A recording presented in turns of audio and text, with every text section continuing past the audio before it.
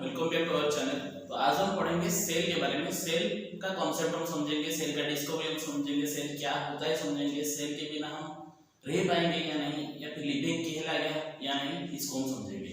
तो पहली बात है कि cell is the fundamental structural and functional unit of all living organisms. इसका मतलब ये है कि अगर हमारे पास या फिर किसी के पास अगर सेल होगा तो, या फिर एक सेल हो या फिर कई सारे सेल हो, अगर सेल होगा तो इसको लिविंग कहलाएगा, और अगर सेल एब्सेंट होगा तो हम इसको नॉन लिविंग बोलेंगे। जैसे हम एग्जांपल लेते हैं हम ह्यूमन बीइंग का। ह्यूमन बीइंग हमारे पास कई सारे सेल है।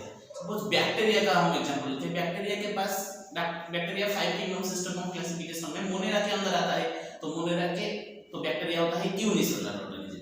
तो इसके पास एक सेल है और ये एक सेल उसका सारा का सारा लाइफ साइकिल को डिनोट करता है, ओके, कंडक्ट करता है। तो हमारे पास कई सारे सेल है। हमारे पास डाइजेस्टिव ऑर्गन के लिए हमारे पास डाइजेस्टिव सेल है, मतलब कई सारे सेल है। ब्लड सर्कुलेशन के पास मतलब millions and trillions of cells है हमारे पास। तो ये हमारा बॉडी को कंडक्ट कराता है।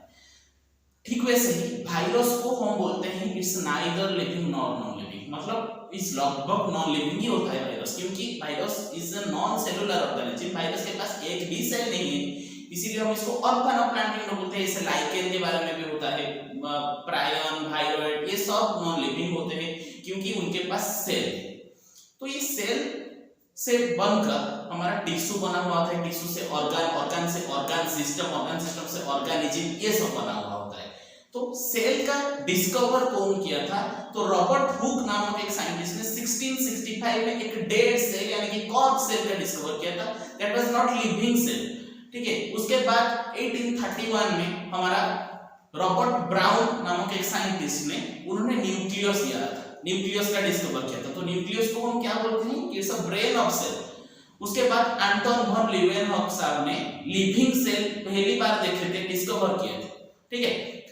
तो अभी सेल थ्योरी क्या है, सेल हाइपोथेसिस क्या है, इन सब के बारे में हम चर्चा करेंगे। तो सेल थ्योरी को समझने के लिए हमारे पास 3 साइंटिस्ट का नाम आता है। तो पहले 1838 में Matthias Schleiden, he was a German botanist, and Theodor Schwann, he was a British zoologist in 1839। इन दोनों ने मिलकर cell hypothesis, sorry, cell theory दिए थे। सेल हाइपोथेसिस सिर्फ स्वान साहब ने दिए थे।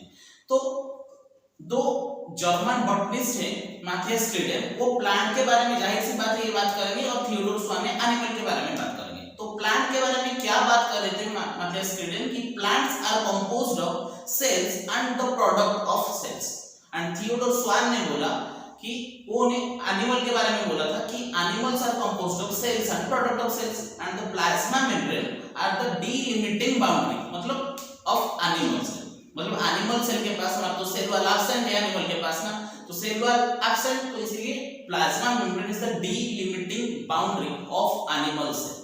लेकिन उनके बारे में एक डिमेरिट आ गया कि उन्होंने ये नहीं बता पाया कि सेल कैसे प्रोड्यूस होते हैं।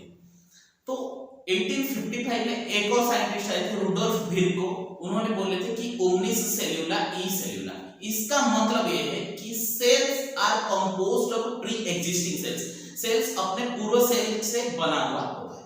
तो बस ऐसे ही जानकारी के लिए हमारे चैनल को सब्सक्राइब करिए और मिलते हैं अगले वीडियो में।